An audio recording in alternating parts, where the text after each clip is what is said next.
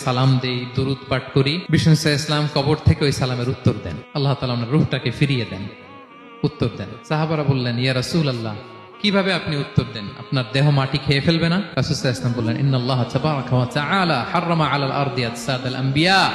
আল্লাহ তাআলা নবীদের দেহকে নষ্ট করা মাটির জন্য হারাম করে দিয়েছেন। কোন মাটি কোন নবীর দেহকে টাচ করতে পারে না, নষ্ট করতে পারে না। নবীরা কবরে জীবিত, সেখানে সালাত আদায় করে, তাদেরকে স্পেশাল রিজিক দেয়া হয়। এটাকেই বলা হয় হায়াতুন নবী।